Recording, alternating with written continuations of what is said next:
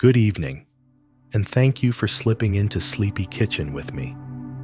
Tonight, we'll stay with flour and water as they become dough, noticing what gives it that gentle stretch, how it slowly relaxes or holds firm, and how a few quiet choices along the way can change the bread you finally pull from the oven. If you'd like to stay with these slow kitchen nights, you can subscribe and come back whenever you need something warm and quiet.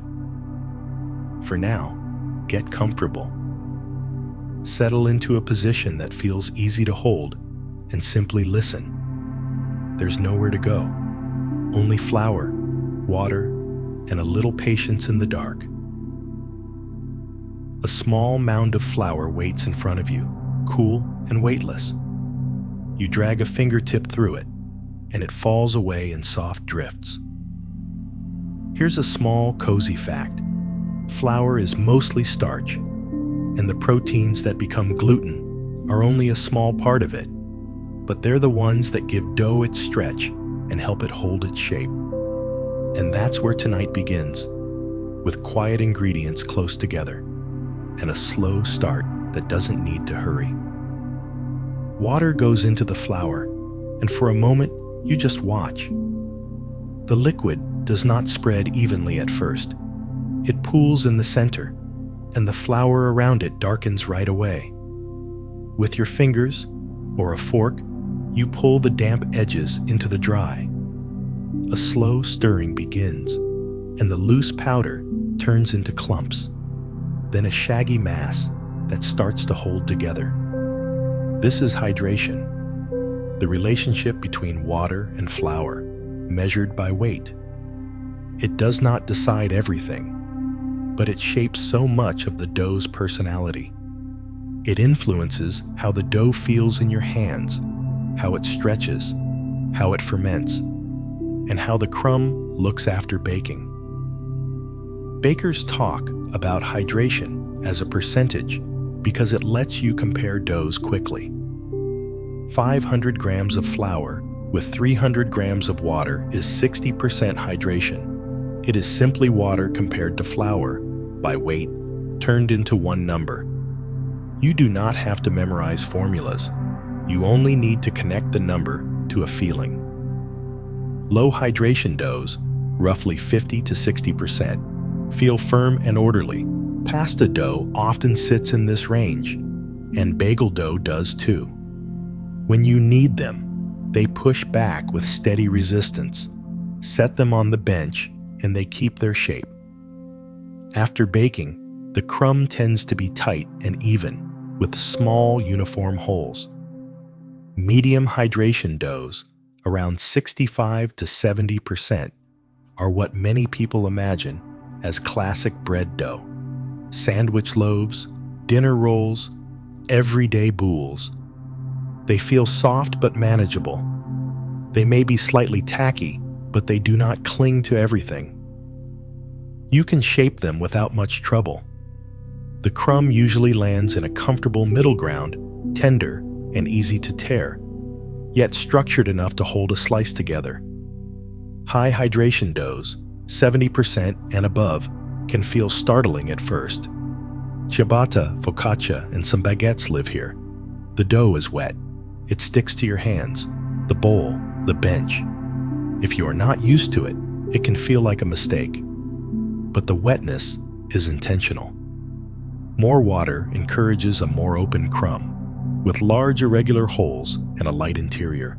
The dough becomes slack, meaning it spreads and flows instead of holding a tight outline. Because it is so wet, it does not respond well to aggressive kneading. It asks for a gentler rhythm, mixing, resting, then folding.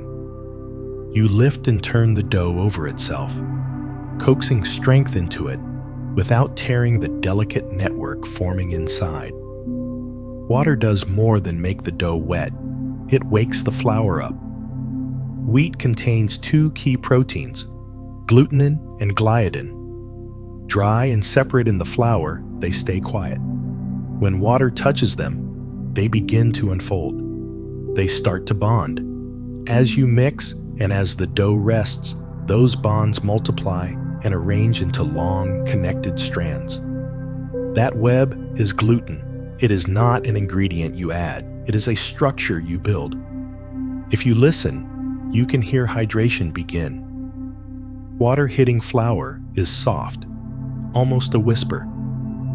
Pour slowly, and you hear each small glug as the cup empties. Then the faint rustle as you mix. Flour brushing the bowl. The mass thickening, the first clumps forming. Your palm feels the cool water. Your fingers feel the rough, shaggy texture before anything becomes smooth. These are quiet markers that the process has started. The bowl feels heavy and quiet on the counter, and the kitchen light makes the damp flour shine faintly. Each stir is unhurried, and the air smells softly of grain. Not every flour drinks water the same way. Protein content is one reason. Bread flour usually carries more protein than all-purpose flour, often around 12 to 14% instead of 10 or 11. More protein means more potential gluten, and a stronger gluten network can hold more water without falling apart. If you try a 75% hydration dough with lower protein flour, it may feel soupy and hard to handle. The same hydration with higher protein, bread flour, will still feel wet, but it is more likely to become coherent. The network has enough strength to gather the water, trap it, and organize it. Whole grain flours add another twist. Bran and germ absorb water, but they do not help gluten form. Bran particles can also interrupt gluten strands as they develop, like tiny edges cutting through a web. Whole wheat dough often needs a little more water to reach the same softness, and it may need a gentler approach to build strength without tearing. You can feel these differences if you pay attention. Firm dough pushes back when you press it. Wet dough yields and spreads, then clings lightly when you lift your fingers away. Neither is better or worse. They are different tools for different results. I remember the first time I made ciabatta. The recipe called for 80% hydration, and I assumed there was an error. The dough looked like thick pancake batter, glossy and stubborn. I nearly threw it out. Instead, I followed the method. Every 30 minutes I folded it, lifting and turning it, then letting it rest. After a few hours, it began to change. It did not become tidy, but it started to hold together. It developed a quiet elasticity, enough to lift as a single mass.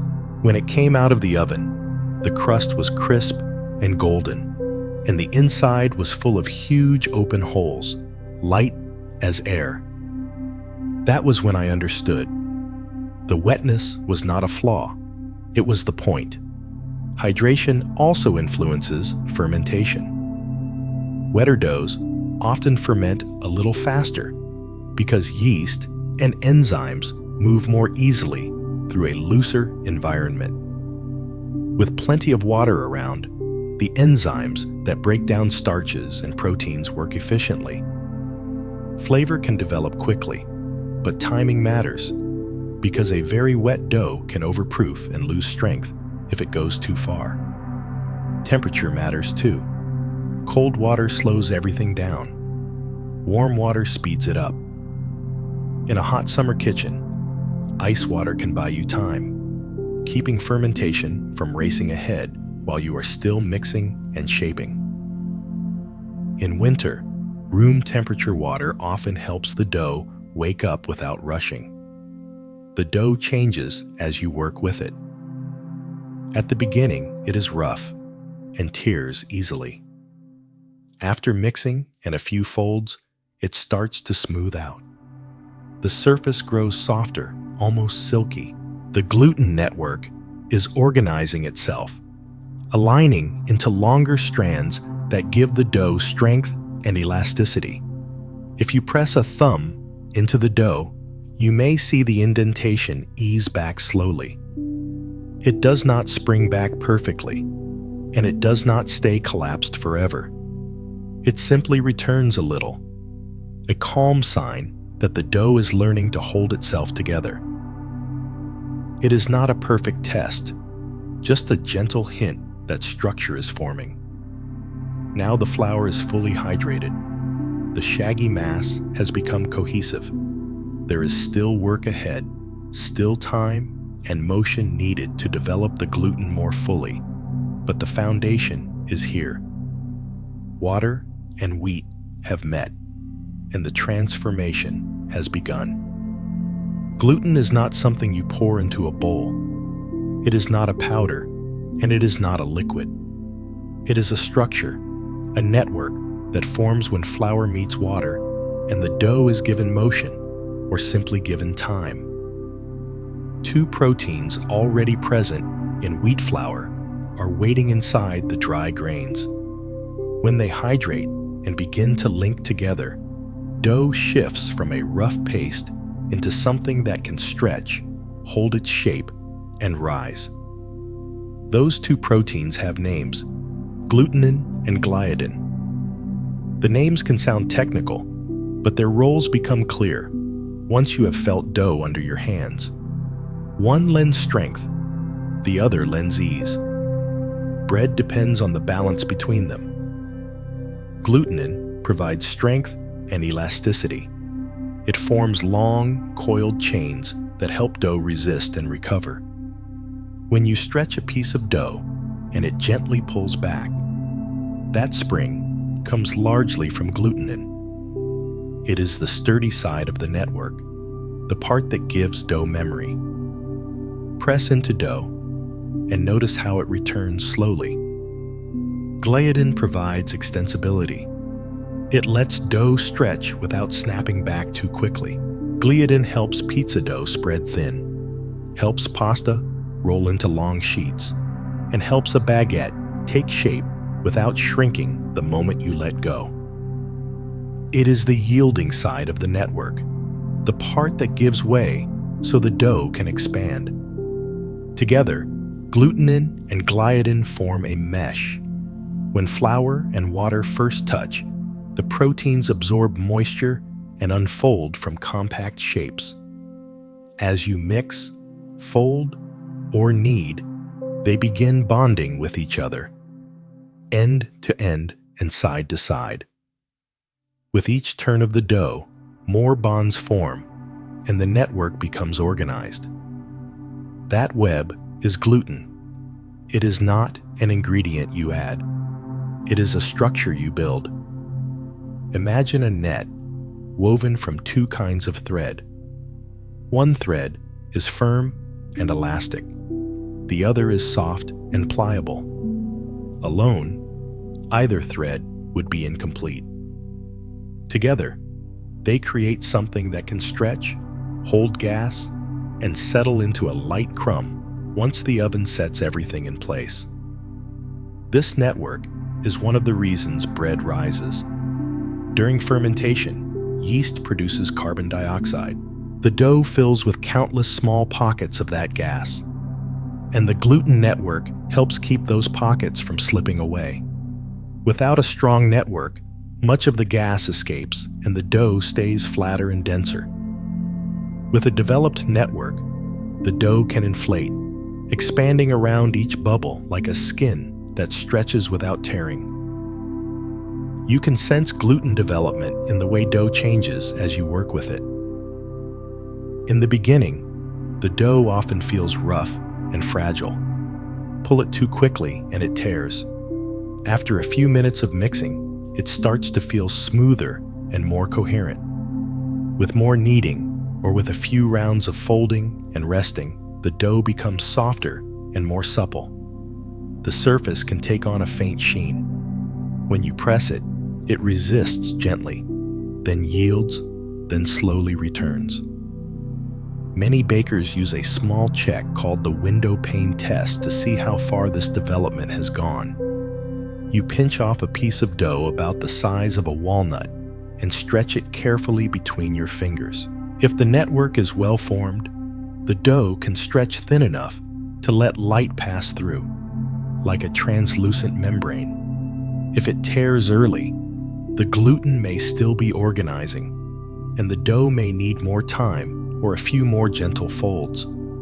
I use this test often, not because every dough needs a perfect window, but because it gives a calm checkpoint. I used to rely on feel alone. Sometimes I was right. Sometimes the dough tore during shaping, or the loaf baked up heavier than I wanted, and the reason was simple. The network had not been given enough chance to align. Now I check. If the dough stretches smoothly, I move on. If it tears, I slow down and keep working gently until it begins to hold. How much gluten you can build depends in part on the flour you choose. Bread flour typically carries more protein than all-purpose flour. Many bread flours sit around 12 to 14% protein, while many all-purpose flours are closer to 10 or 11. Cake flour, designed for tenderness, is often lower, around 8 to 9%. More protein generally means more glutenin and gliadin available to link up, and a stronger potential network. This is why bread flour is common for loaves and baguettes, while cake flour suits pastries and cakes. It is matching the flour to the texture you hope to bake. Whole wheat flour adds complexity. It can have protein levels similar to bread flour, sometimes even higher, but it also includes bran and germ, the outer layers of the wheat kernel. Bran is fibrous and sharp.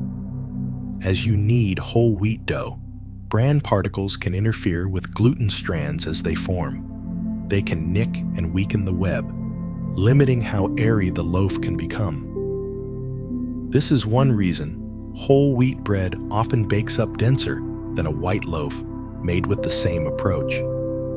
There are small adjustments that can help. Some bakers soak whole wheat flour with water for a short rest before adding salt, yeast, and other ingredients. 20 to 30 minutes is common. The goal is simple. The bran softens and absorbs water, and it becomes less likely to cut through the network as it develops. The dough often feels calmer after this rest, and the final crumb can become lighter without losing the deep flavor of the grain. Gluten development is not only about kneading. Time can do quiet work as well. If you mix flour and water and let the dough rest, gluten begins to form even without mechanical effort. This rest is often called an autolysis. It is a pause where flour and water hydrate fully and where the proteins begin to align on their own. When you return, the dough is usually smoother and more elastic, and you often need less mixing to reach the same strength. I use an autolysis for many breads because it changes the pace. You mix flour and water until there are no dry patches. Cover the bowl and step away. The kitchen stays quiet while the dough becomes more cohesive. When you come back, it is not finished, but it is ready to cooperate. The feel of well-developed dough is hard to describe until you have experienced it, but there are clues. The surface becomes smooth. The dough feels slightly cool, soft but not sticky. Press into it and your finger sinks slowly. Then the dough rises back in a gentle wave. Stretch it, and it yields without tearing, then relaxes when you let go. It is not stiff, and it is not slack. It sits in a balanced middle space where strength and extensibility meet. Gluten is part of what separates bread from flatbread, bagels from biscuits, pasta from pastry. It is the invisible architecture that helps dough rise and helps baked goods hold their shape. You cannot see the network directly, but you can feel it under your hands, and you can see its effects in the oven when the loaf lifts, sets, and opens. The dough on the bench in front of me has been resting for 30 minutes. I press my thumb into it. It springs back slowly, leaving a shallow indentation that softens over a few seconds. I pinch off a small piece and stretch it between my fingers. The dough thins out, becomes translucent, and holds without tearing. Light passes through. The gluten is ready. The network is formed. The structure is there, steady and quiet. Kneading is how most people picture gluten development. It is the rhythm you see in bread videos: dough pressed, folded, turned, and worked again until a shaggy mass becomes smooth and elastic. The change is slow enough to feel, and that slowness can be comforting. The motion is simple.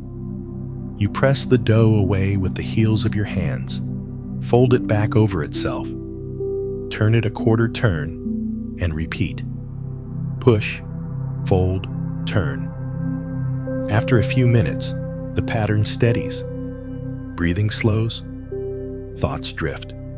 The bench becomes a small, dependable place of movement in a quiet kitchen. Inside the dough, each press and fold stretches the gluten strands that have begun to form and encourages them to align. As they align, they find new contact points and create new bonds. The proteins link end to end and side to side, and the network becomes longer and more organized. The dough learns how to hold together as one piece. At first, it often resists. The surface is rough. If you pull too far too fast, it tears. Then it starts to cooperate. The surface smooths. The dough holds its shape a little longer when you pause. You can sense gluten development not as a single moment, but as a quiet progression. Hand kneading asks for patience. 10 to 15 minutes is common for a standard loaf, depending on hydration, flour, and technique. Arms can grow tired. Flour can dust your sleeves and scatter across the bench. Still, the repetition has its own calm pleasure. The dough warms slightly from friction and from your palms, and that gentle warmth can help in a cool kitchen. Not every dough welcomes traditional kneading.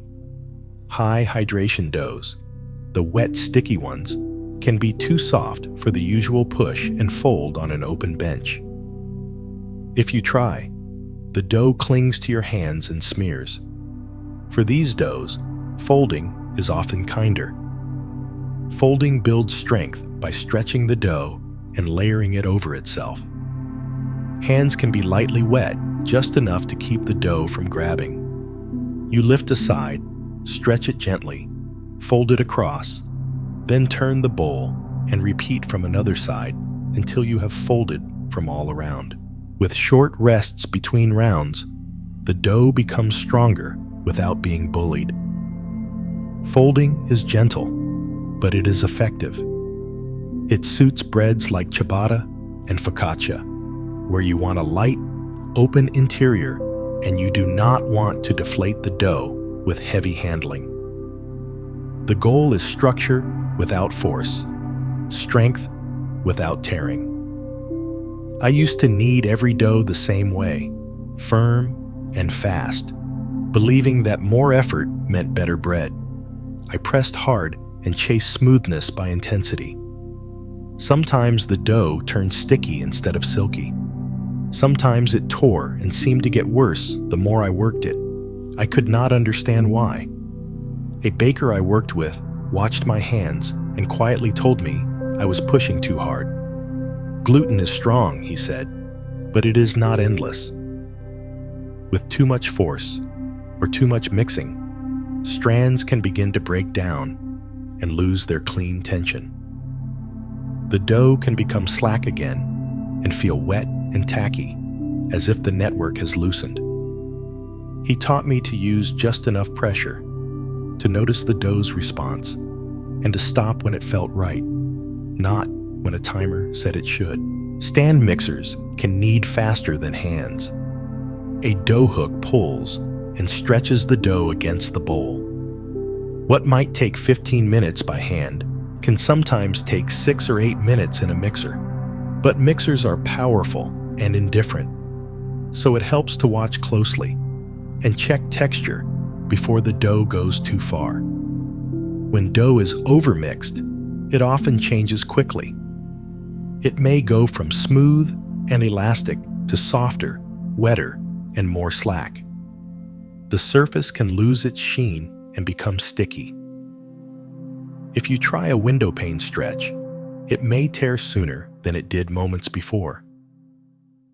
At that point, the dough may not return to its best state, though a rest can sometimes calm it. Even then, it can still be baked. The loaf may be denser and the texture less graceful, but it can still be warm bread. Time can also develop gluten with very little kneading. A rest lets flour and water do quiet work together. With an autolyse, you mix only flour and water first, without salt or yeast, and let the dough sit. 20 minutes is enough to feel a difference, and up to an hour can be useful, especially with whole grain doughs. During that pause, proteins hydrate fully and begin to bond on their own. Enzymes in the flour begin loosening starches, which can make the dough more extensible. When you return after an autolyse, the dough is usually smoother and more cohesive. It feels calmer, as if it has already found the beginning of its structure. You add salt and yeast, then knead or fold briefly, and development often finishes faster than it would have without the rest. Autolyse can be especially helpful for whole grains, where bran can interfere with gluten formation. The rest gives bran time to soften and absorb water, so it is less disruptive as the network organizes. Some doughs develop gluten with almost no mechanical work at all. No knead breads rely on time and hydration. You stir ingredients into a very wet dough, cover it, and let it sit at room temperature for a long fermentation, often 12 to 18 hours. Over that long stretch, the proteins have many chances to move and connect. The dough becomes stretchy and strong without being kneaded, and it can bake into a crusty loaf with an open interior. The key is time and water. A wetter dough gives proteins room to move. A longer fermentation gives bonds more chances to form and strengthen. But time is not the answer for every dough. Enriched doughs, made with butter, eggs, and sugar, often develop gluten more slowly because fat coats flour particles and makes bonding harder. These doughs usually benefit from active kneading to bring the network together. As the dough develops, its appearance offers gentle clues. The surface shifts from rough to smooth. It releases from your hands and the bench more cleanly. When you shape it into a ball, it holds that shape instead of spreading out immediately. No single sign is perfect, but together they tell a consistent story. The sensations deepen as you work. The warmth in the dough is subtle, a quiet heat from friction and from your palms. The smell changes too. Fresh flour begins neutral, faintly sweet. As water and motion bring everything together, the aroma becomes a little richer and more weedy. If you listen closely, kneading has its own soft soundtrack. The bench gives a muted thump when the dough lands after a fold. The surface makes a faint sigh as it stretches. Early on, a little flour may whisper across the wood, but later, the dough turns smoother and the sounds become quieter, more like fabric being pressed flat. With folding, the bowl has a different voice. It is mostly silence, interrupted by a gentle lift, a slow stretch, and the soft slump as the dough lays itself down again. The rests in between are part of the method. During those pauses, the network relaxes, then tightens in a more orderly way. The next fold feels easier, and the dough feels more willing, kneading, folding, resting. These are different paths to the same goal, organizing gluten so it is strong enough to trap air and hold structure through fermentation and baking. The method depends on the dough in front of you. Firm doughs often respond well to kneading. Wet doughs often prefer folds. Doughs with time can develop quietly on their own. There is no single right way, only an approach that matches texture and timing. The dough is smooth now. The surface reflects the overhead light with a soft sheen. When you touch it, it feels elastic but relaxed. If you press into it, the dough eases back evenly. If you lift a corner, it stretches thin without tearing, then settles. For the moment, the work is done. The gluten has developed and the dough is ready to rest and ferment. Hydration is not only a number written beside flour and salt. It is one of the biggest factors that shapes how dough feels in your hands, how it behaves during shaping, and what the bread looks like when you cut into it. With the same ingredients, a small change in water can lead to a very different loaf. Hydration is the ratio of water to flour by weight, expressed as a percentage. The definition is useful, but the meaning is physical. It is the difference between dough that sits upright and dough that relaxes outward. It is the difference between shaping with dry palms and shaping with wet fingers and a scraper. It is also the difference between a tight, even crumb and a crumb full of irregular openings. At the low end of the range, dough can feel firm and disciplined. Bagel dough often lives here, around the mid-50s in hydration. When you knead it, it pushes back with confidence. It holds a tight round form, and when you poke a hole through the center, the hole stays open. The dough does not flow or spread. It behaves like something that already knows what shape it wants to be. After baking, that low hydration becomes a dense, chewy interior with small, even holes. Bagels are meant to be substantial. You can slice them cleanly, toast them, and spread cream cheese without the bread collapsing. Low hydration supports that structure. It gives the dough memory and the finished bread weight. Pasta dough can sit even lower, often somewhere in the high 40s to around 50%, depending on whether the liquid is water, eggs, or a mix. At first, it can feel almost too firm to knead. It may look like crumbs that do not want to join, but that firmness is what makes pasta possible. It lets you roll the dough thin, without it clinging to the rollers and tearing. And it lets cut shapes hold together in boiling water. Move into the middle range, and the mood changes. Many everyday breads, sandwich loaves, dinner rolls, and simple boules live around the mid-60s to about 70% hydration, though the exact number varies with flour and method.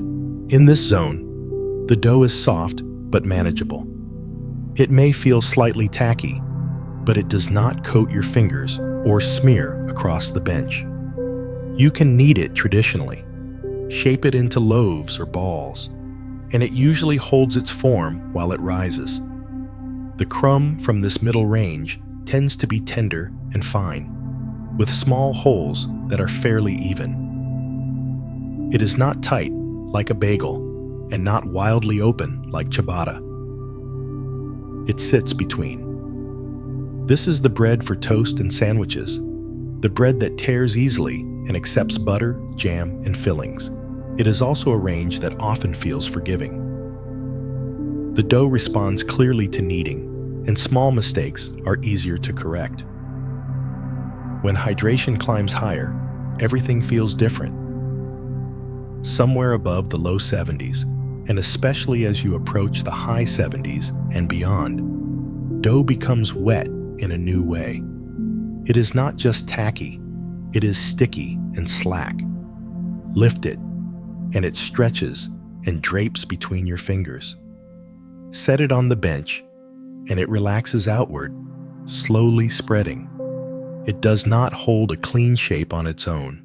This is the territory of ciabatta, focaccia, and some rustic baguettes. To someone used to firmer dough, it can feel wrong. Many people add extra flour because they assume the recipe failed, but often the wetness is intentional. Water is part of the design. High hydration encourages an open crumb, with large, irregular holes and a light interior. It can also create a crust that crackles when you bite into it. Because the dough is so soft, you usually avoid aggressive kneading. Instead, you build structure with folds during fermentation, lifting and layering the dough so the gluten network strengthens without being torn. When you shape a high hydration dough, you handle it gently and quickly, stretching it into form rather than rolling it tight. The difference between a firm dough and a very wet dough is not a small tweak.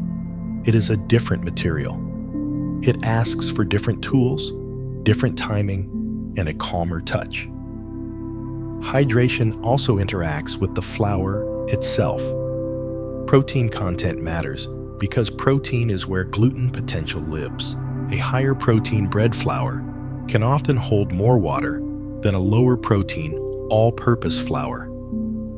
With more gluten-forming proteins available, the network can absorb and organize more liquid while staying coherent. With less protein, a very wet dough may feel looser, and it can be harder to build strength. If you try a high hydration dough with lower protein flour, it can feel soupy, especially early on, and it may spread more than you expect. With a stronger flour, the same hydration can still feel wet, but it is more likely to become workable through folds and rest. It is not that one flour is good and the other is bad. They simply respond differently, and hydration makes those differences louder. I learned this by making the classic beginner mistake. I tried an 80% hydration loaf because I wanted a dramatic, open crumb. I followed the method carefully, but I used the flour I had on hand, which was all-purpose. The dough never truly came together. It stayed sticky and slack for hours. When I baked it, the loaf spread outward instead of rising the way I imagined. I assumed I had mixed poorly or handled it wrong. Later, someone pointed out the flour issue. All-purpose flour can make excellent bread, but at very high hydration, it may not have enough strength to hold itself the way a strong bread flour can. After that, I started checking protein content before choosing how much water to add. When the flour is lower protein, I often pull the water back a little. When the flour is higher protein, I can usually push hydration higher and still get good structure, as long as I handle the dough gently. Middle hydration doughs are often the easiest place to build confidence.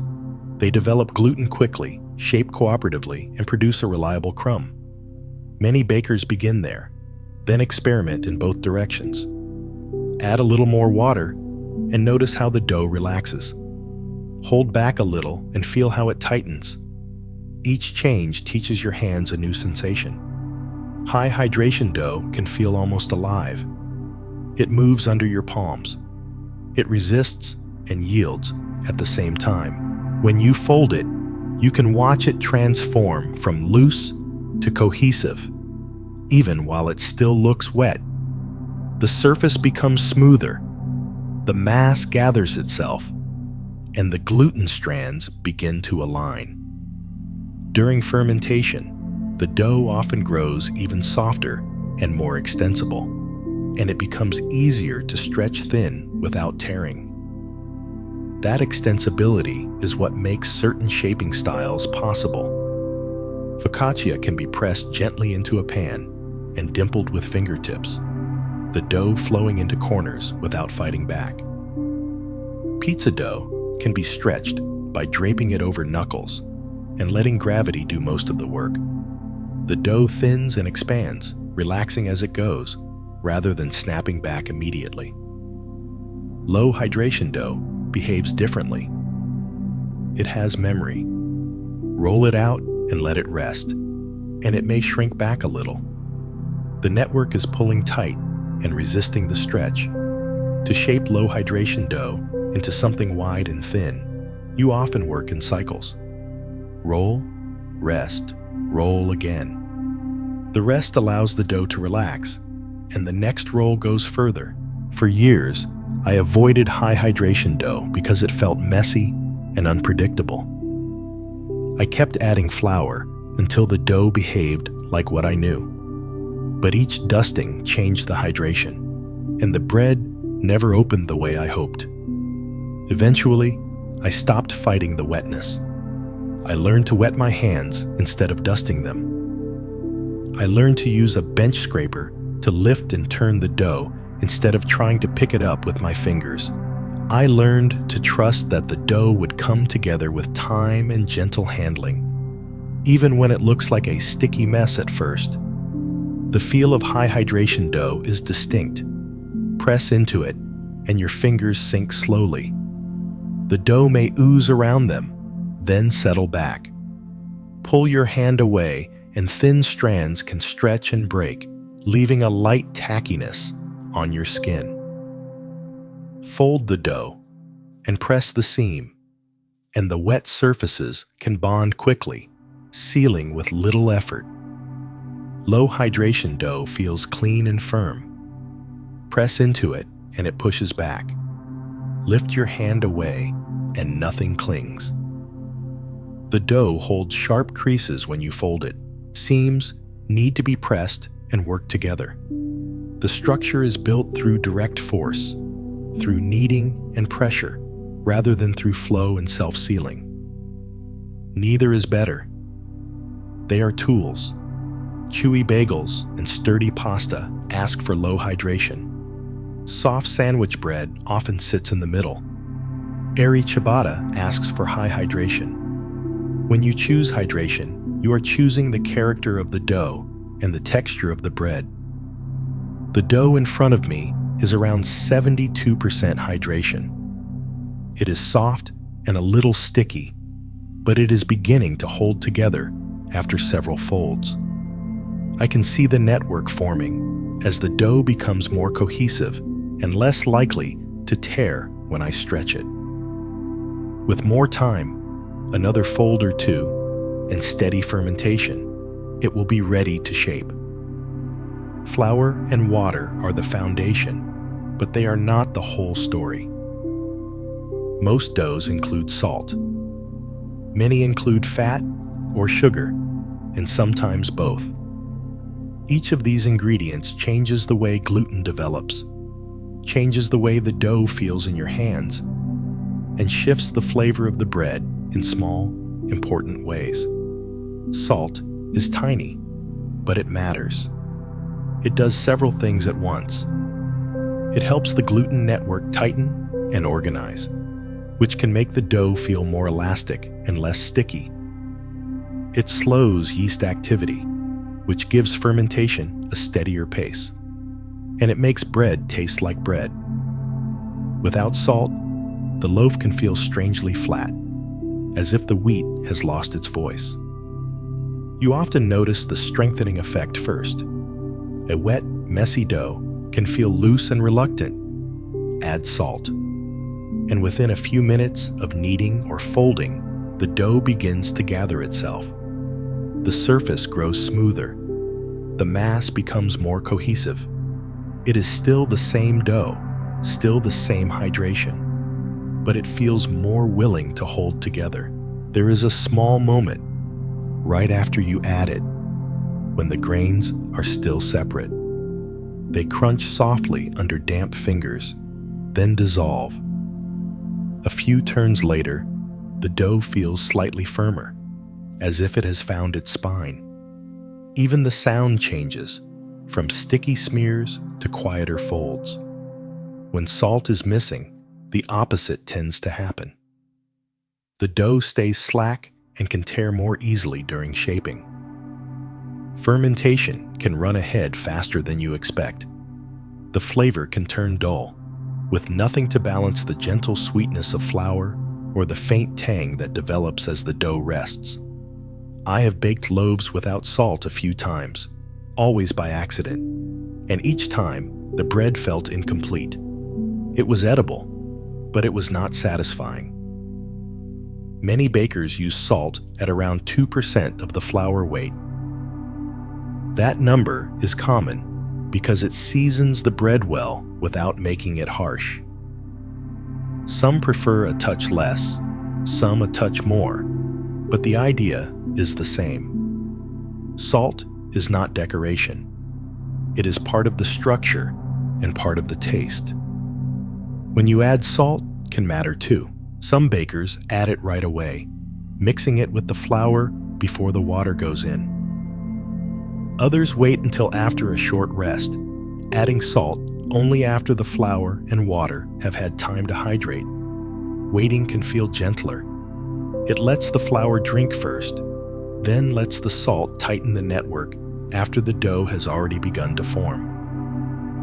I used to add salt at the beginning without thinking about it. Then I worked in a bakery where the head baker preferred adding it after the rest.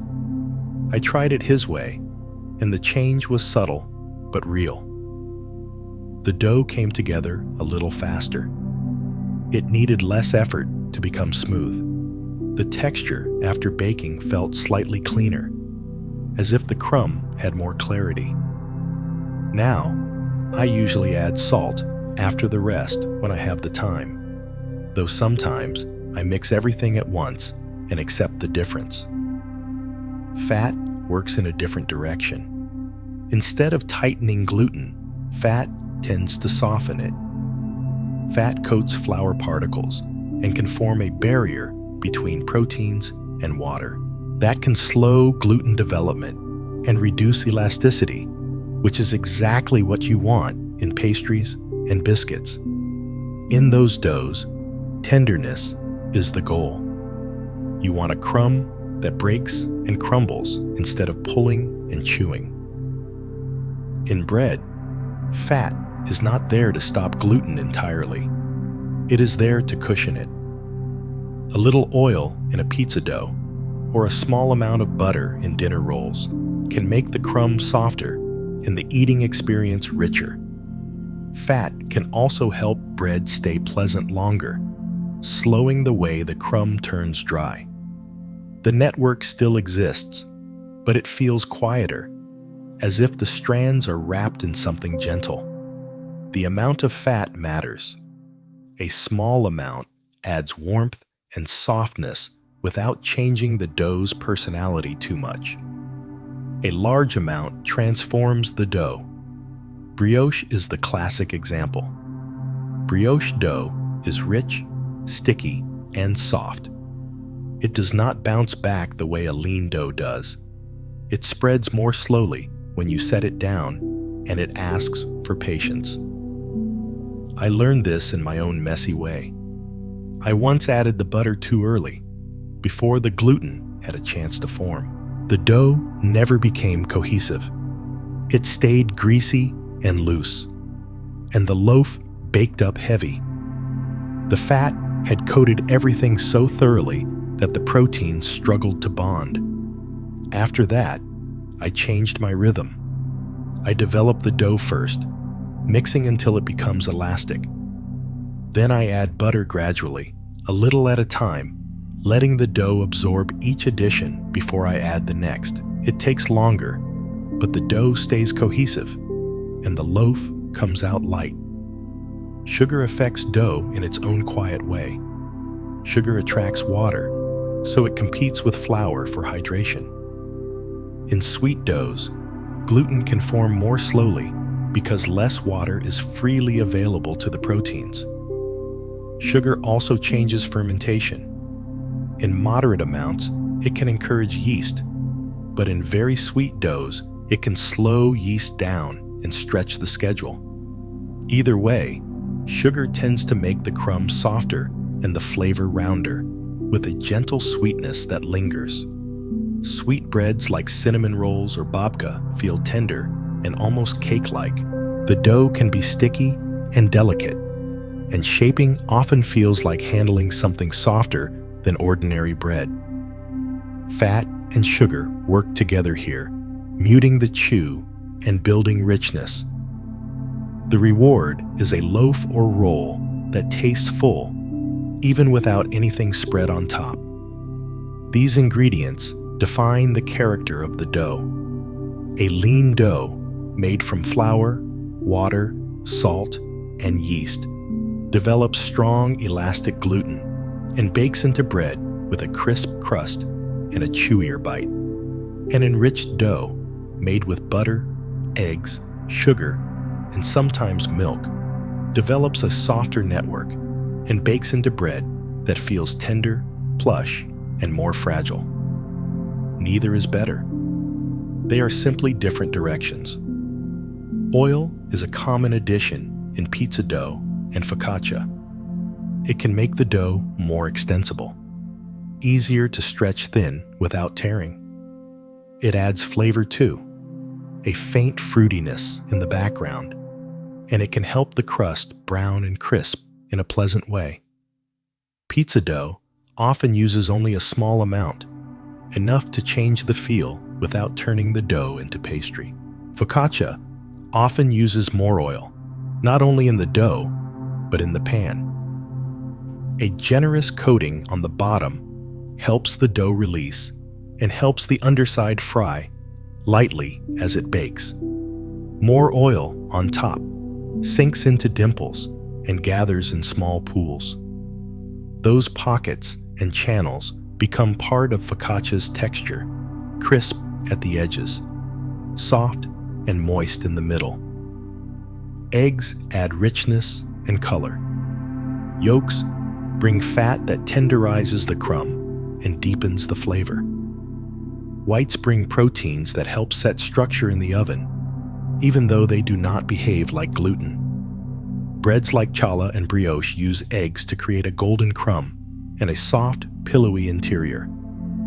Milk brings its own softness. It adds subtle sweetness and a gentler mouthfeel. It also helps browning, so breads made with milk often develop a deeper, warmer crust. Milk breads, popular across Asia, are known for their delicate texture and their ability to stay soft for days, helped by milk and a small amount of fat.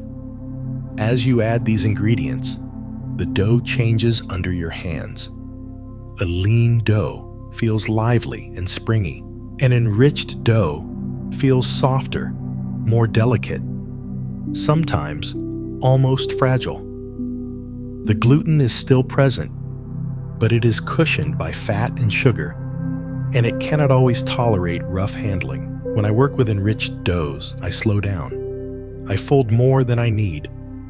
I shape with lighter pressure. I give the dough time to rest so it can relax and hold together. The dough can tear more easily, and it can lose gas more quickly if it is pressed too hard. Patience matters, and gentleness is part of the method. The reward is a bread that feels rich and tender, something you can tear with your hands and eat on its own. The crumb is soft enough to melt against your tongue, and the flavor feels complete, warm, and satisfying. The dough on the bench in front of me has a small amount of olive oil worked into it, just enough to make it more extensible. I press my fingertips into the surface and it yields smoothly, leaving shallow dimples that do not spring back right away. The bench smells faintly of olives. The oil has softened the gluten and made it more pliable. After fermentation, This dough will stretch thin and even, ready for the flatbread I plan to bake. Fermentation is where dough starts to feel alive. You have mixed the ingredients, developed the gluten, and gathered the dough into a ball. Now you cover it and let it rest. In the quiet time that follows, yeast begins to work, feeding on sugars in the flour and releasing carbon dioxide and a small amount of alcohol.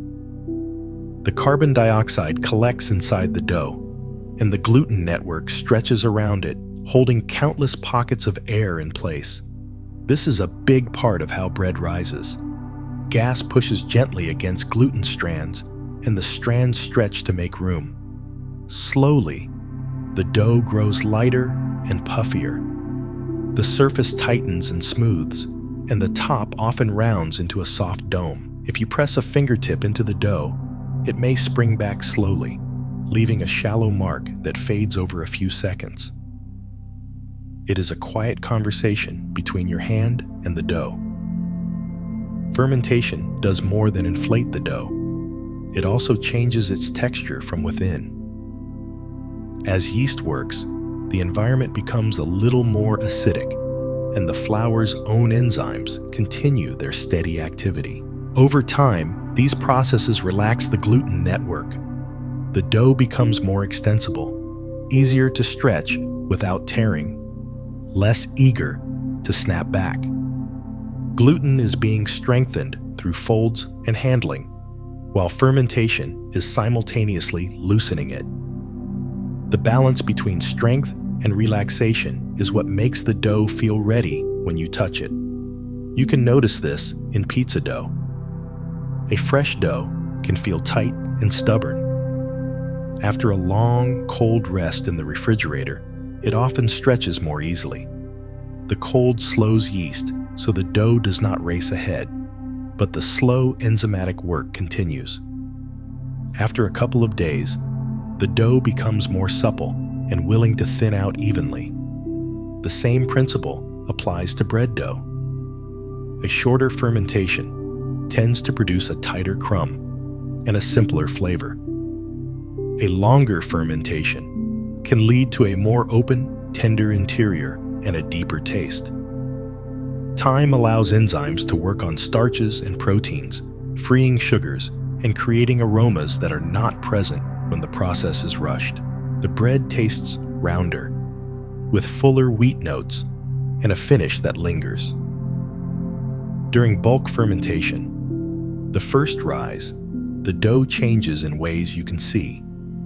It begins dense and compact. As time passes, it expands and feels lighter when you lift it. The surface often looks smoother and more taut. If you look closely, you might see tiny bubbles just under the skin, small blisters of gas trapped by the network you built earlier. The dough can look still and quiet, but inside it is stretching and rearranging. Temperature guides the speed of all of this. In a warm kitchen, fermentation can move quickly. In a cooler room, it slows. In the refrigerator, it slows even more. Bakers use temperature like a dial. If you want bread within a few hours, you let the dough rise at room temperature.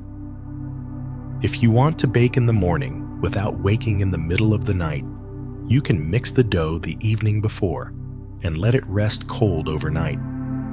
In the morning, the dough is calmer and ready for shaping. Cold fermentation can also deepen flavor. The slower timeline gives yeast more time to create subtle byproducts, and it gives naturally present microbes a chance to leave a gentle signature. The result is often a bread that tastes more complex, sometimes slightly tangy, with deeper grain flavors.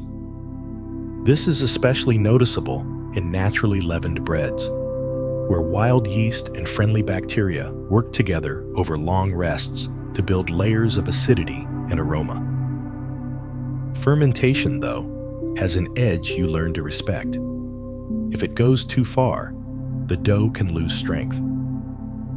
Given enough time, acidity and enzyme activity can weaken the gluten network until it struggles to hold gas.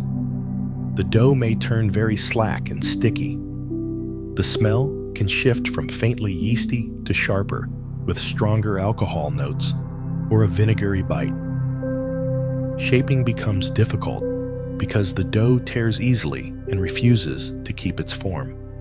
If you bake it in that state, the loaf can come out heavier than you hoped, with a tighter crumb and a sharper flavor. The signs of good fermentation are subtle, but they become familiar. Many doughs are ready for the next step when they have grown noticeably, often close to doubled, though the exact rise depends on the recipe. The surface usually looks smooth and slightly domed. When you press a finger into it, the indentation often fills back slowly.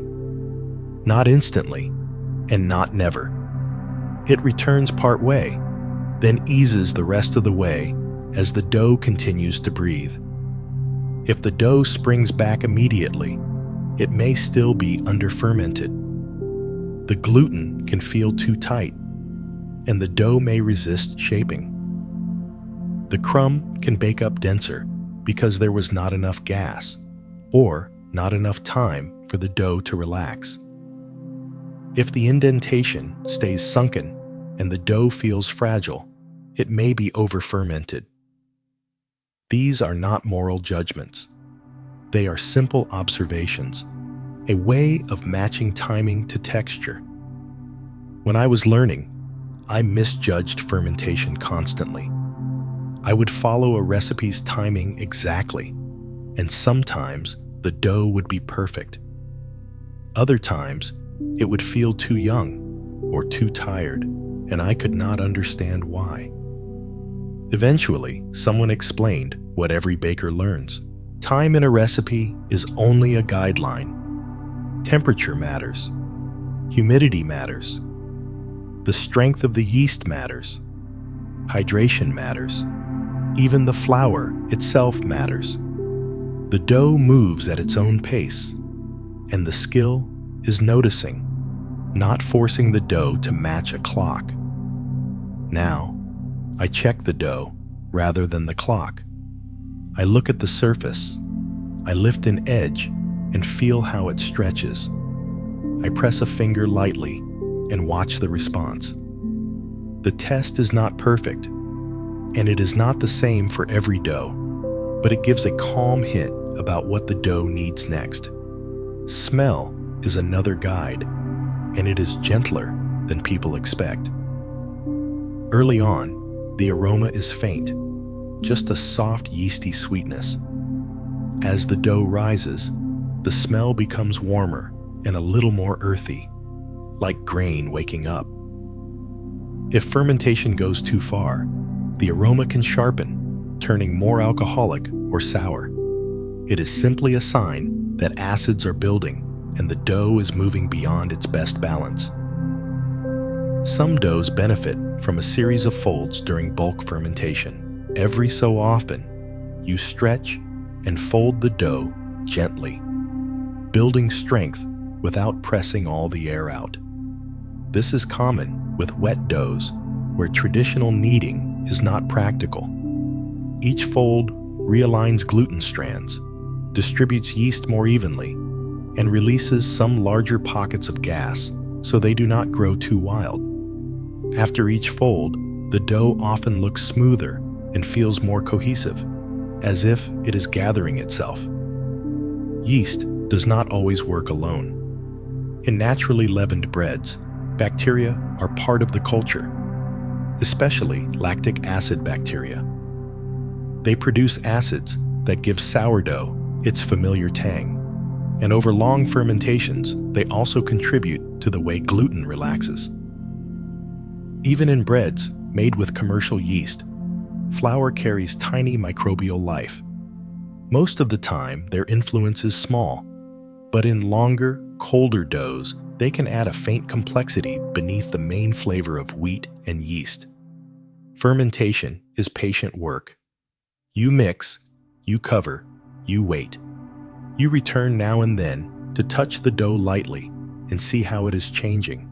You may fold it once or twice, then you let it rest again. There is no rushing it. The dough responds to conditions, to time, to temperature, and your job is to notice when it has reached the point you want. The dough in front of me has been fermenting for about 90 minutes at room temperature. It has grown, not fully doubled, but close enough that the bowl looks fuller and the surface feels buoyant. The top is smooth and slightly taut. I press my finger gently into the center, about a centimeter deep. The dough rises back slowly and fills in about halfway, then pauses. This is the texture I am looking for. It will need a little more time. I give it one more gentle fold to reinforce the structure. Then I cover it again and let it continue. The scent in the air is warm and faintly sweet, like flour turning into something else. Under my hands, the dough feels responsive, soft, and full of quiet potential, ready for the next step when the rise has finished saying what it needs to say. Shaping is where the dough receives its final form.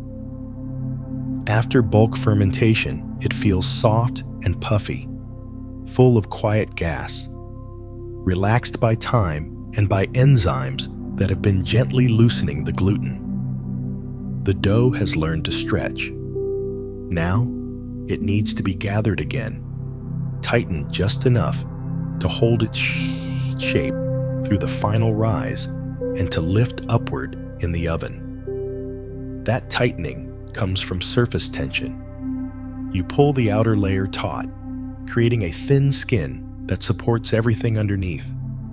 This skin helps the dough rise up instead of spreading out. It also encourages the loaf to open where you guide it, along your scores, rather than splitting wherever the surface happens to be weakest. When the tension is right, the dough looks smoother and it feels silkier under your fingertips. The exact steps depend on what you are making, but the principle stays the same. You organize the gluten strands on the surface. You align them, smooth them, and gather them into a clean envelope while keeping the inside airy and calm. For a round loaf, a boule, you turn the dough onto the bench and let it settle.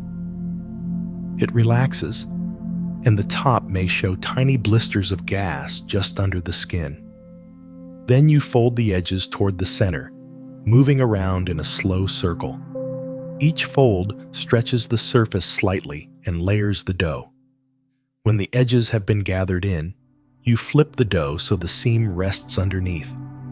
To build tension, you cup your hands around the dough and draw it toward you in short motions across the bench.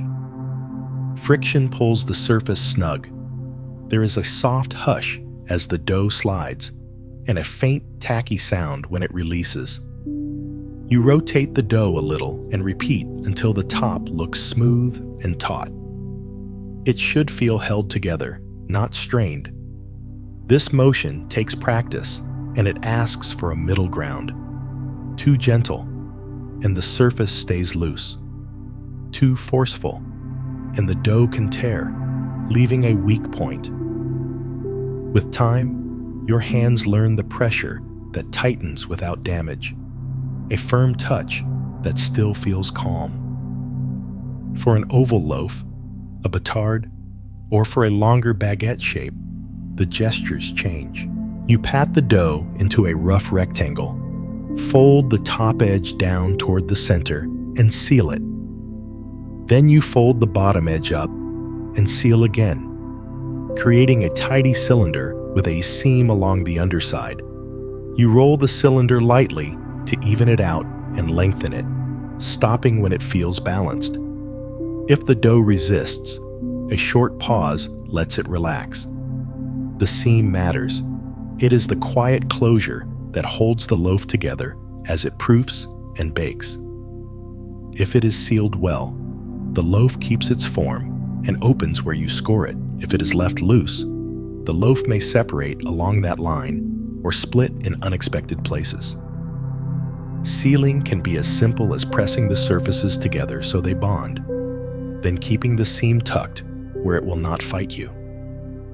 Shaping also redistributes the gas inside the dough. Some larger bubbles are pressed out, and many smaller ones spread more evenly. For breads that aim for a consistent crumb, this is helpful. For breads that aim for a very open crumb, you handle the dough more gently and shape with fewer motions, keeping more air inside while still creating a little tension on the surface. A loaf shaped with enough tension often looks quietly confident. The surface is smooth. The form holds when you set it down. In the oven, it tends to spring upward, and the crust opens along the scores in cleaner lines. A loaf shaped more loosely can still be good, but it may relax outward during the final rise, spread more in the oven, and open in less predictable places. None of this is a failure.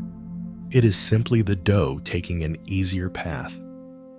I used to overwork my loaves when I was learning. I kept adjusting, tightening, and retightening, trying to make everything perfect. I did not realize that every extra pass added stress. The gluten grew tighter, then began to tear. The surface lost its smoothness, and the dough felt tired. My loaves baked with rougher crusts and heavier crumbs because I had pushed too much air out. A baker I worked with noticed and told me to stop fiddling. She said shaping should be quick and confident, a few clear motions, then you leave the dough alone. That advice was hard to follow, but when I forced myself to stop sooner, the loaves improved. The surface stayed smoother, the oven spring was better, and the crumb felt lighter. The dough had room to expand. High hydration doughs ask for gentler shaping. They are soft and sticky, and traditional bench shaping can make them smear and lose structure. Instead, you rely on minimal handling. Wet hands can be kinder than extra flour, and a bench scraper can lift and fold the dough without tearing. With a scraper, you coax the dough into a loose round or oval, creating only the tension it will tolerate. A proofing basket helps from there. Especially with wet dough, the basket cradles the loaf and keeps it from spreading. Many baskets are made from cane or rattan, and they can leave a spiral pattern on the dough. After baking, that pattern may remain as a faint ring design on the crust, a quiet fingerprint of the process. The bench scraper is a simple tool, but it becomes an extension of your hand. It cuts dough cleanly, lifts sticky dough without pulling it apart, tucks an edge under to build tension, and scrapes the bench with a soft, satisfying sound. It helps you keep movements small and neat when the dough is wet. After shaping, the dough goes to its final rise, also called proofing. This stage is usually shorter than bulk fermentation. The dough already has flavor and structure. Now, it needs a last gentle lift, just enough to become lighter and slightly more expanded before baking. Depending on temperature, this can take from a short while to a couple of hours. The dough does not need to double dramatically. It only needs to feel buoyant, like a cushion that is filled with air. A gentle press can help you judge readiness. If the indentation fills in very slowly, the dough is often close. If it springs back quickly, it may need more time. If it stays sunken and the dough feels fragile, it may have gone too far. These are soft cues, not strict rules, and each dough responds in its own way. While the dough proofs, it looks almost still, but tiny changes continue. The surface rounds, then settles, and the seam underneath stays tucked like a knot in a blanket. If the dough is in a basket, a light dusting of flour keeps the ridges from sticking, and the spiral lines become clearer as the loaf relaxes into them. The air smells faintly of grain and yeast. When you lift the cover, the dough feels cooler than your hands and slightly springy, as if it is holding a quiet breath. It is a good moment to slow down and simply watch quietly. Underproofed dough can still bake into decent bread, but it often rises less and the crumb can be tighter. Overproofed dough may bake flatter with less lift because the gluten has relaxed and the dough holds gas less well. The window can feel narrow at first, then easier as your hands learn what buoyant, ready dough feels like. Some bakers proof in the refrigerator overnight, a method often called cold proofing or retarding. The cold slows the yeast, so the dough rises very slowly over many hours. The longer timeline can deepen flavor, and the dough is often easier to score while it is cold because the surface is firmer. Loaves also often spring well in the oven because the yeast still has energy left when the heat arrives, and the chilled dough holds its shape at the start of the bake. Cold proofing can make mornings easier. You shape the dough at night, set it into a basket, cover it, and rest it in the refrigerator. In the morning, you can turn it out, score it, and bake it straight from cold, letting the oven provide the final push. A shaped loaf reflects light differently than an unshaped mass. The taut surface catches the overhead glow with a slight sheen. It looks smoother and more organized. When you run your hand over it, the surface feels cool and silky, and the dough feels as if it is holding itself together from the outside in. Shaping does not need to take long. A boule can be formed in less than a minute. A batard or baguette takes only a little longer. The goal is not speed, it is restraint. A few calm motions create the tension you need, and then the dough is allowed to rest and finish its work.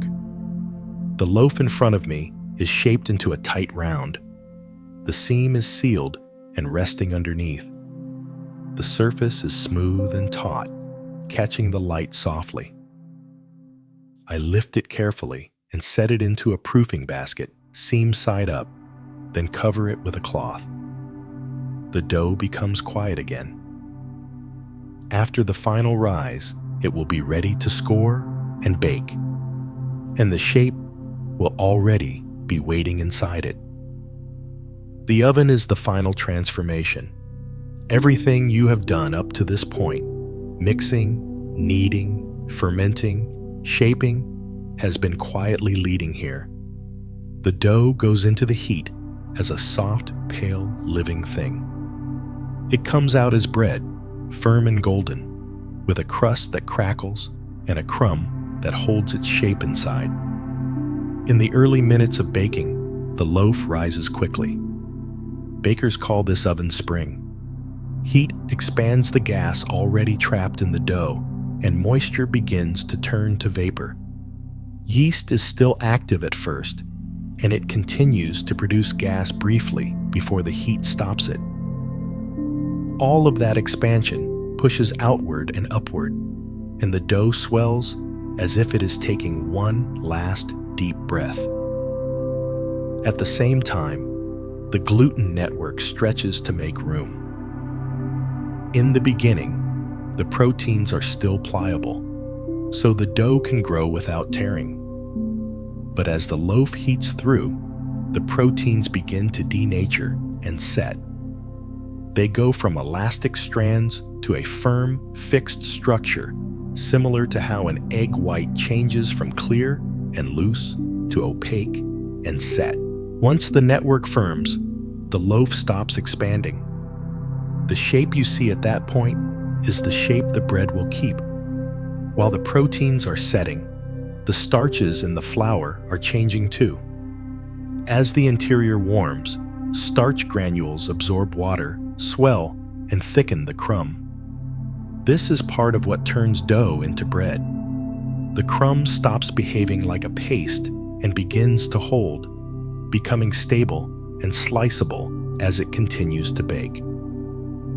By the time the center of the loaf is hot enough, the interior is set, and the rest of the bake is about building the crust. Steam plays a quiet but important role at the start. Moisture in the oven keeps the surface of the dough soft and flexible so it can expand fully before a crust hardens. You can create this steam by baking in a covered pot or by adding water to the oven in a way that is safe for your setup. With that early moisture, the loaf has room to spring. Without it, the surface can dry too quickly, forming a crust that limits expansion and encourages the loaf to spread rather than lift. When the steam fades or the lid comes off, the surface begins to dry and brown. The visual change is dramatic. Pale dough turns golden, then deepens toward amber. The surface tightens and blisters.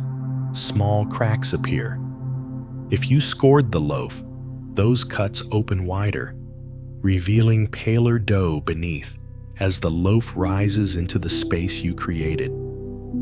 Those openings are more than decoration. Scoring directs where the loaf expands. A cut creates a planned weak point in the surface, so the pressure inside the loaf releases there instead of splitting wherever it pleases. A single long slash can open like a smile along a batard. A series of angled slashes creates the familiar pattern of a baguette. The loaf lifts, the cuts peel back, and the crust forms ridges that catch the light. The blade matters because the surface is delicate. A sharp edge makes a clean cut. A dull edge can drag and snag, pulling the dough rather than slicing it. Many bakers use a small razor held in a simple handle. The angle is usually shallow, and the motion is smooth and continuous. The goal is not force. It is a clean line made in one quiet stroke. I used to struggle with scoring. I would hesitate or press too hard, and the blade would catch. The cuts would not open well in the oven, and the crust would split in less graceful places. A baker once showed me that what matters is steadiness. You set the blade, then you move in one calm motion without stopping. When I began treating scoring as a single breath, the cuts opened more reliably, and the loaf looked more like the shape I imagined. As baking continues, aroma fills the kitchen.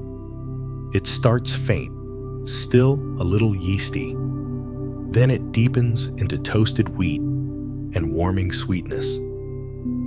Proteins and sugars on the surface begin to brown through the Maillard reaction, creating a wide range of aromatic compounds. That is the smell people recognize immediately: toasted grain, caramel notes, a gentle nuttiness that feels both familiar and hard to name. Color becomes a guide as the loaf finishes. A crust that stays pale often means the bread needs more time. The interior may still be moist, and the crumb may not have fully set. A crust that grows very dark can taste more bitter and intense than you want. Most loaves find their best balance in a deeper golden or amber range, where the flavor is rich but not harsh, and the crust has enough strength to crackle. Sound can offer another small clue. When you lift the loaf out and tap the bottom, a hollow, resonant sound often suggests the crumb has set well. A dull sound can suggest it needs a little more time. This is not a perfect test, but it is a simple habit, and it helps you listen to the bread instead of only looking at it. The most dependable sign is the feel of doneness from the whole loaf. The crust is firm. The loaf feels lighter than it did when it went in. The surface has color and character. Some bakers confirm this with an internal temperature check. When the center reaches a high enough heat, the crumb is set. A quick thermometer reading can reassure you, especially with larger or denser loaves. Though even then, the bread still benefits from resting and cooling. When the loaf comes out of the oven, it continues to change. The crust crackles as it cools, making small, sharp sounds as if the bread is quietly speaking. This crackling is sometimes called singing. It happens as the crust contracts and moisture escapes. The sound is subtle, but in a quiet kitchen, it is unmistakable, and it can feel like a small reward for your patience. Cutting into bread too early is tempting, but it rarely gives the best slice. The crumb is still settling as the loaf cools. Starch is firm. Moisture redistributes. If you cut while the loaf is still very hot, the interior can feel gummy, and the slices may compress and cling to the knife.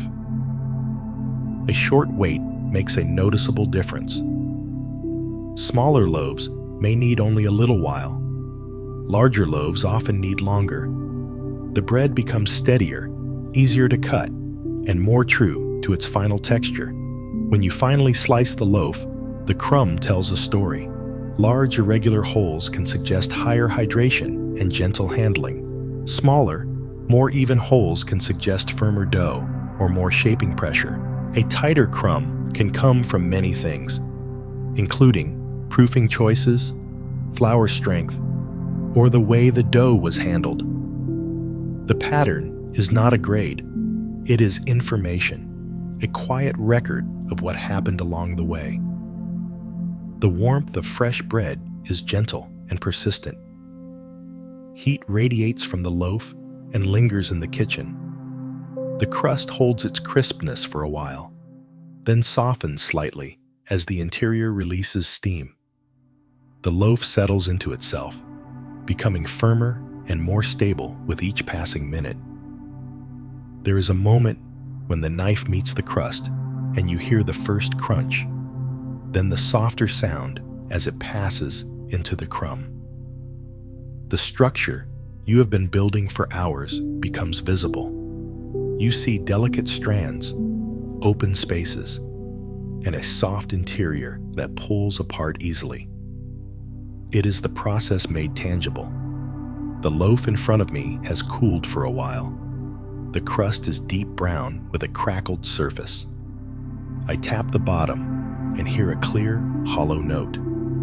I slice with a serrated knife, and the crumb is what I hoped for, open and airy, with irregular holes and a tender texture. As the blade moves, aroma rises warm and faintly sweet, and the kitchen feels full, as if the bread has left a small golden glow behind. There are a lot of misunderstandings about gluten and dough. Some come from simplified explanations that leave out the quiet details. Others come from conflicting advice in recipes and late-night threads online.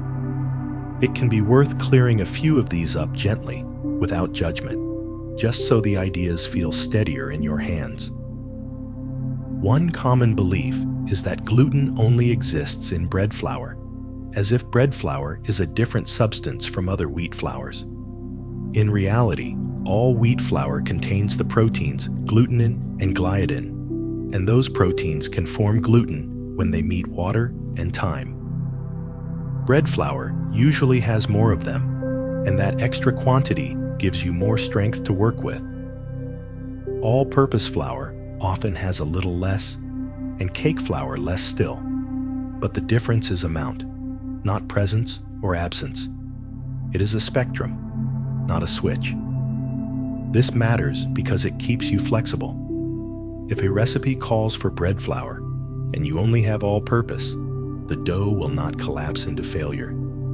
It may feel a bit softer. It may be less elastic. You may choose to knead a little longer, or to hold back a little water, or to build strength with folds instead of force. The important thing is understanding what changed, so you can respond calmly rather than starting over. Another misunderstanding is that kneading longer is always better, that more work automatically means stronger gluten and better bread. Up to a point, this is true. Motion organizes the network. It aligns strands and encourages bonds. But past a certain point, especially with intense mixing, the dough can begin to lose the clean tension you worked to build. This is easiest to see in a stand mixer. A dough hook is powerful and steady. If you look away too long, the dough can move from smooth and elastic to softer, stickier, and more slack. The network can weaken instead of tighten. When that happens, it can be hard to bring the dough back to its best state, though a rest can sometimes help it settle. By hand, it is harder to go that far because your arms will slow you down, but it is still possible if the handling is very aggressive. The simplest guide is the dough itself. If it is becoming smoother and more cohesive, you are moving in a good direction. If it becomes looser and stickier after it was already smooth, it may be asking you to stop and let it rest. Related to this is the idea that every dough needs vigorous kneading for a fixed amount of time. Many modern methods, especially for wet doughs, rely on gentle folds and time instead of traditional kneading. No-knead breads are a clear example. With enough hydration and enough rest, gluten can form with minimal mechanical work. Fermentation and time can do quiet organizing in the bowl, and the dough becomes strong in its own slow way. The method depends on the dough. Firmer doughs often respond beautifully to classic kneading. Wet doughs usually prefer folds.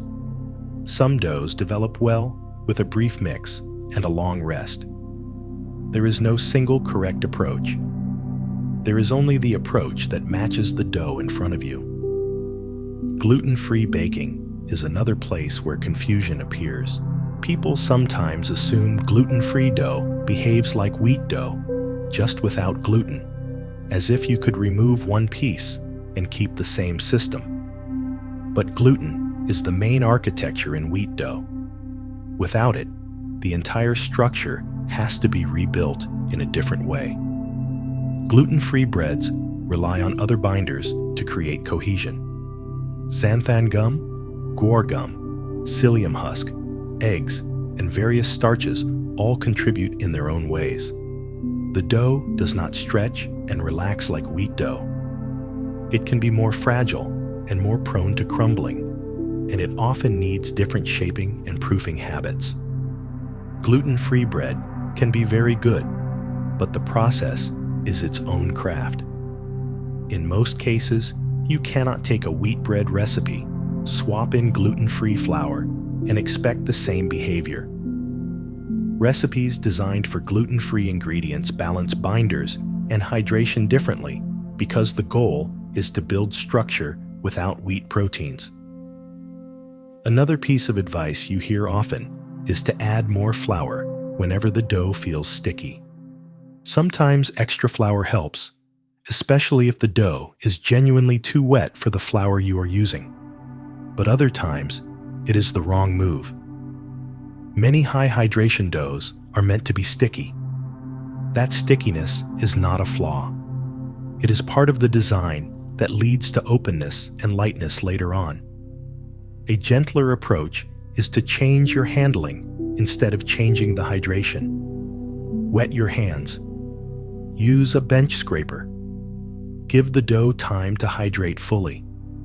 Something that feels impossibly sticky right after mixing can become far more manageable after a short rest, as flour absorbs water and the gluten network begins to organize. Patience often solves what panic tries to fix. I believed for years that dough had to feel a specific way, smooth and soft, but never sticky, or else something was wrong. I would add flour almost automatically when the dough clung to my fingers. Then I began working with focaccia and ciabatta, doughs that are intentionally wet, and that habit stopped working. It took many batches to unlearn. Eventually, I learned to trust the wetness, to keep my hands damp instead of dusty, and to let time and folds bring the dough together. The bread improved the moment I stopped fighting the texture I had chosen. Temperature is another area where misunderstanding is common. People say room temperature as if it is a constant, but it changes from house to house and season to season. A cool room and a warm room do not behave the same way. In summer, dough can move quickly. In winter, the same dough can take much longer. This is why timing in recipes can feel unreliable. The clock is only a rough guide. The dough is the real measure. Professional bakers sometimes calculate dough temperature precisely and adjust water temperature to hit a target after mixing. Home bakers do not need to be that exact, but it helps to notice the general rule. Warmer dough ferments faster. Cooler dough ferments slower. If your kitchen feels warm, you may shorten your rise. If it feels cool, you may give the dough more time. These adjustments can be small, but they change everything. Another myth is that salt kills yeast, so you should never let them touch. Salt does slow yeast activity, and it can tighten the dough, but in normal bread, amounts it does not destroy yeast. You can mix salt and yeast in the same bowl without harm. Some bakers prefer to add salt after a flour and water rest, so the dough hydrates more freely first. But that is about timing and texture, not about protecting the yeast from contact. It also helps to remember that bread recipes vary widely across cultures, and what works beautifully in one tradition may look strange in another. French baguettes are lean and simple: flour, water, salt, yeast. Italian ciabatta is wetter and often includes olive oil. Challah is rich with eggs. Naan may include yogurt. Each style adapts to local ingredients, climate, and taste, and each style has its own balance of hydration, fermentation, and gluten development. The principles travel across them all, but the details shift, and that variety is part of what makes bread feel endless. Mistakes are part of learning, and they do not need drama. Every baker has made loaves that were dense, loaves that spread, loaves that felt gummy, loaves that stuck, loaves that tore during shaping. These moments teach you because they ask you to notice. Often, the adjustment is simple. Sometimes the dough needed more time. Sometimes it needed less. Sometimes the gluten needed a little more organization. Sometimes the dough wanted gentler handling. Not every loaf becomes perfect, but every loaf gives you information. If a dough feels tight and resistant, time and rest can help it relax. If it feels weak and slack, a fold or a slightly earlier shaping next time can help. If it feels too sticky at the beginning, a short pause can let hydration catch up before you decide to add anything. Small changes, made calmly, tend to teach more than big corrections made in a rush. The dough remembers what you do to it. Every choice you make, the flour you pick, the amount of water, the way you mix, the temperature you ferment at, leaves a quiet mark on the loaf. Understanding these ideas gives you more control, but it also encourages humility. Dough is responsive. It changes with the day, with the air, with your hands. Sometimes it surprises you. And that is not failure. It is the living part of bread. Dough does not last forever. It is a living system, full of yeast and quiet microbial life. And like all living things, It has a natural lifespan. Knowing how to store dough well and knowing when it is time to let it go are simple skills that keep your baking safe and keep your results steady from one batch to the next. Fresh dough can keep well in the refrigerator for a few days. Cold slows yeast to a crawl, so fermentation continues, but very slowly. This slow pace can be useful. Flavor keeps developing, and the dough often becomes more extensible, easier to shape and stretch. Pizza dough is a good example. After a little time in the fridge, it tends to relax. It stretches thinner with less resistance, and it feels calmer under your hands. To store dough in the refrigerator, you want it covered so the surface does not dry out. A container with a lid works well, or you can cover a bowl tightly. It helps if the container has a little extra room because dough still produces gas even in the cold. If it is packed too tightly, pressure can build and the dough may press up against the lid. A little space gives it room to breathe. It is also gentle on the dough, and it keeps you from finding a surprise overflow later. Lean doughs, made with just flour, water, salt, and yeast, often hold up longer in the fridge than enriched doughs that include eggs or dairy. Rich ingredients can change the way dough ages, and they can make it lose freshness sooner. If you are unsure how long a dough has been sitting, the best approach is simple. Trust your senses. Look at it, smell it, touch it lightly. If anything feels wrong, it is safer to discard it than to talk yourself into using it. Freezing dough is a way to pause the process almost completely. In the freezer, yeast becomes dormant and fermentation slows to a near stop. That makes freezing useful when you want to prepare dough ahead of time. To freeze dough, it helps to portion it first, shaping it into balls or the basic form you will want later. Then wrap it well so air cannot dry the surface. A tight wrap and an airtight bag or container protect the dough from freezer burn, which can dry the outside and leave a leathery skin. When you are ready to use frozen dough, a slow thaw is kindest. Thawing in the refrigerator gives the dough time to soften evenly.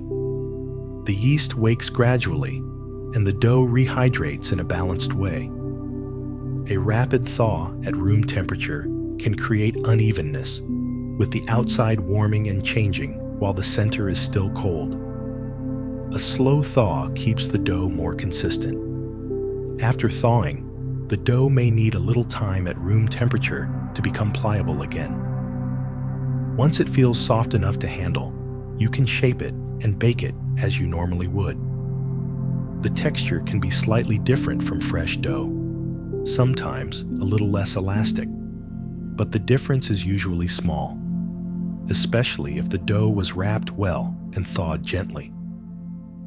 Recognizing dough that is spoiled is usually straightforward. Smell is often the first clue. Fresh dough smells clean and yeasty, with a faint sweetness from wheat. Dough that has gone too far can smell sharply sour, or strongly alcoholic, or simply unpleasant in a way that makes you hesitate. That hesitation matters. If the smell feels off, it is safer to discard the dough. Appearance can offer another clear signal. Fresh dough is pale and uniform, cream-colored or white depending on the flour. Dough that is no longer safe may show discoloration, spots, or streaks that do not belong there. Any unusual color is a bad sign, and it is best to let the dough go. Cutting away a small area is not a good solution. If unwanted growth has appeared, it is safer to assume it has spread beyond what you can see. Texture can tell you even more. High hydration dough can be sticky, and that stickiness alone is not a problem. Spoiled dough, though, can feel different, slimy or overly wet in a way that seems separate from normal tackiness. It may feel as if the surface has become slick. If the dough feels slimy, it is safest to discard it. Basic food safety habits apply to dough just as they do to any ingredient. Wash your hands before handling it. Keep your work surface reasonably clean. Try not to leave dough sitting warm for long stretches unless that time is part of a deliberate fermentation. If the dough has finished its rise and you are not ready to bake, cooling it in the refrigerator can keep it safer and steadier. These choices do not need to be anxious. They are simply part of working with a living food. Tools and equipment benefit from a simple routine too. Bowls, bench scrapers, and any surfaces that touch dough should be cleaned soon after use.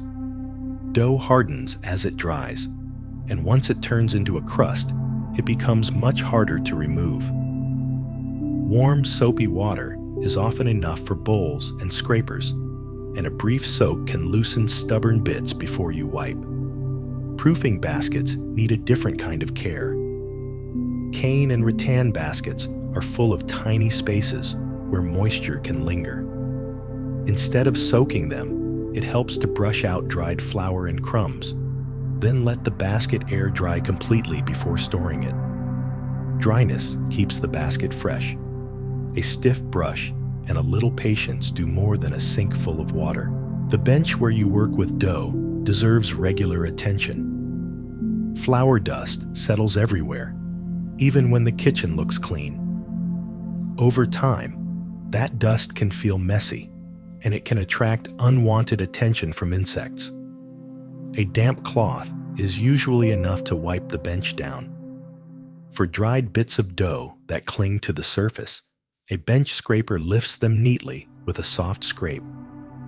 Then the cloth follows, and the surface becomes smooth again. When I first started working with dough regularly, I often covered it with plastic during fermentation. The plastic sometimes stuck to the dough, and when I pulled it away, it could tear the surface and deflate the dough a little. Eventually, I switched to a damp kitchen towel.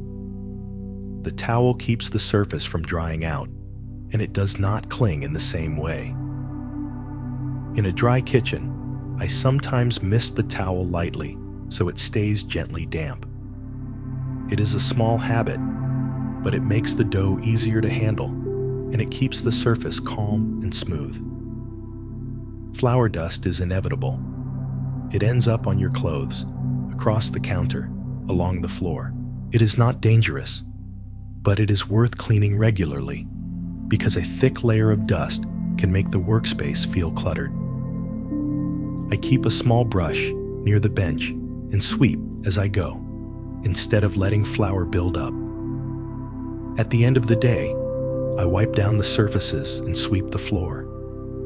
The routine becomes automatic, as natural as washing your hands. Storage matters for ingredients too. Flour keeps best in an airtight container, protected from moisture and pests. Whole grain flours contain natural oils from the bran and germ, and those oils can lose freshness over time if stored warm for too long. Keeping whole grain flour cool can help it stay pleasant longer. White flour is more stable and usually keeps well in a sealed container at room temperature for quite a while. Either way, sealing it well keeps the pantry quiet. Water is another small detail that can matter. If your tap water has a strong treated smell or an off taste, it can affect the dough. A heavily treated taste can slow fermentation a little, and flavors in the water can carry into the bread. The simplest guide is ordinary. If the water tastes good to drink, it is usually fine for dough. If it does not, filtered water can be an easy option. Caring for your workspace and ingredients does not take much time, but it changes the way baking feels. Clean tools work better. Fresh ingredients behave more predictably. A tidy bench is easier to move around and easier to think in. These small acts of maintenance become part of the rhythm. woven into the work so quietly that you barely notice them. The bench in front of me is clean now, wiped down and dried. The bowls are washed and stacked. The scraper rests beside the sink. The dough that was resting earlier has been shaped and is proofing in its basket, covered with a damp towel. The flour is swept up, and the space feels open again. This is the quiet that comes after the work, the simple satisfaction of everything in its place, and the sense that the kitchen is ready whenever you are ready to return. We've spent the night with dough, from the first touch of water on flour to a loaf cooling on the rack. It began as something dry and quiet, and it ended as bread, warm and complete, with a crust that holds and a crumb that remembers. Along the way, we talked about gluten, not as a powder you pour in, but as a structure you build. Two proteins already in wheat flour meet water and begin to unfold. With mixing, with gentle pressure, and with time, they link into strands and webs. That web is what lets dough stretch without tearing, and what lets it hold gas without collapsing. You cannot see it directly, but you can feel it when the dough changes from shaggy to smooth, when it pushes back, then softens. We explored hydration too, the quiet power of water. Less water, and the dough feels firm, holding crisp folds and staying where you place it. More water, and the dough becomes softer, tackier, more willing to spread and flow. Hydration changes how you handle the dough, how you build strength, and how open or tight the crumb becomes after baking. It is a simple choice, and it echoes through everything that follows. Kneading, folding, and resting are different ways of guiding that same structure. Sometimes you work the dough with a steady rhythm until it grows elastic. Sometimes you leave it alone for a while, letting hydration do its own organizing, then return to find it smoother and calmer.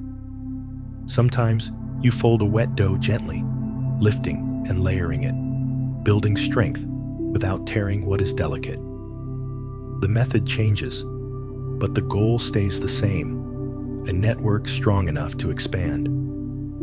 Small ingredients steer the dough's personality. Salt tightens the network and deepens flavor. Fat softens the feeling of gluten and makes the crumb more tender. Sugar shifts hydration, feeds fermentation, and rounds the flavor with sweetness. Each one nudges the balance toward a different result. Fermentation is where the dough begins to feel alive.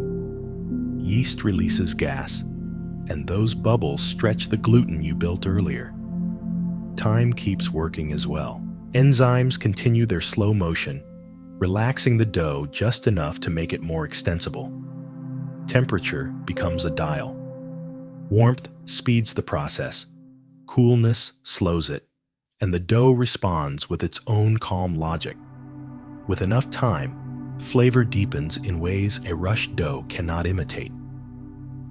Shaping is where you gather that airy mass into a form that can stand on its own. You create surface tension, a thin skin that supports the loaf as it rises again and as it meets the first heat of the oven. Too little tension, and the dough relaxes outward. Too much, and the surface can tear. The sweet spot is gentle restraint, a few clear motions, then you let the dough rest. Baking is the final transformation. The loaf enters the oven pale and soft, and in the heat it lifts, then sets. Gas expands, steam rises, the crust forms, and the crumb becomes stable. Color deepens, aroma fills the kitchen, toasted grain and warmth. When the loaf comes out, it keeps changing as it cools, moisture settling, the crust crackling softly in the quiet. These principles repeat across every place where bread is made. The details change, the flours, the shapes, the fats and spices and traditions, but the foundation is the same. Flour and water meeting, structure forming, gas trapped, heat setting it all. It is an old process, refined over generations, and it still works because it is simple and true. The science can be precise, but the practice is often forgiving. Dough tells you what it needs if you pay attention. It speaks through touch, the way it springs back or yields, the way the surface tightens under your palms. It speaks through smell as fermentation warms and deepens. It speaks through sound, a hollow tap on the crust, a faint crackle as the loaf cools. Mistakes still happen, and they happen to everyone. Dough can feel too tight or too slack. A loaf can rise less than you hoped or spread more than you expected. In most cases, the adjustment is small. More time, a gentler hand, a rest before you decide the dough is wrong. The point is not to chase perfection. The point is to notice and to learn what the dough is quietly telling you. This process teaches patience. You cannot rush fermentation, and you cannot force gluten to organize faster than it is ready to. You mix, then you wait. You fold, then you wait. You shape, then you wait. Waiting is part of the work. The dough is changing through the whole stretch of time, becoming something more than the sum of its ingredients. Over enough repetitions, a rhythm forms. Your hands remember the feel of dough that has developed enough strength. Your eyes recognize when the surface looks buoyant and ready. Your nose notices the shift from raw flour to something warmer and more alive. These skills build slowly, batch after batch, until they feel quiet and ordinary. The tools can stay simple: flour, water, salt, yeast, a bowl, a bench, your hands. You do not need expensive equipment to understand dough. The fundamentals work in any kitchen. What matters is attention, patience, and the willingness to learn from what happens, even when it surprises you. Different doughs ask for different approaches, but the underlying process stays constant. A firm bagel dough and a wet ciabatta dough are both building networks, both trapping gas, both transforming in the oven. The method adapts to the goal, but the foundation does not move. The kitchen is quiet again now. The work is done for tonight. On the rack, a loaf sits with a crackled crust and a deep, warm color. The smell of baked bread lingers in the air, comforting and gentle, familiar in a way that feels older than memory. There is something grounding about bread. It connects you to a long line of people who have done the same small work, mixing flour and water, waiting, baking, sharing. Care becomes structure. Time becomes flavor. Heat becomes the final set. Each loaf is a small accomplishment, proof that you guided a living, responsive dough to a finished form. The bread reflects how it was handled. There is honesty in that, a direct relationship between attention and result, and it can be quietly satisfying. When you cut into a loaf and see the crumb, the hours become visible. Open spaces, or a tighter weave, delicate strands, a texture that tears easily and smells of wheat and thyme. It is not a verdict. It is simply the loaf telling you its story. The bench is clean. The tools are put away. The flour is swept up and the bowls are washed. Outside, the night is deep and still.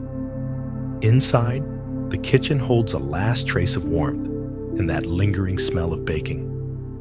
The effort has passed, and a calm settles in its place. The lights can dim now. The loaf has cooled enough to slice, but that can wait until morning. For now, it is enough to know the work is finished, and finished well. The kitchen is yours to imagine as you rest. The warm smell of bread, the clean bench, the quiet satisfaction of everything in its place. Let those images settle around you and grow softer. Sleep well. When you wake, There will be bread waiting, ready to be shared. Good night.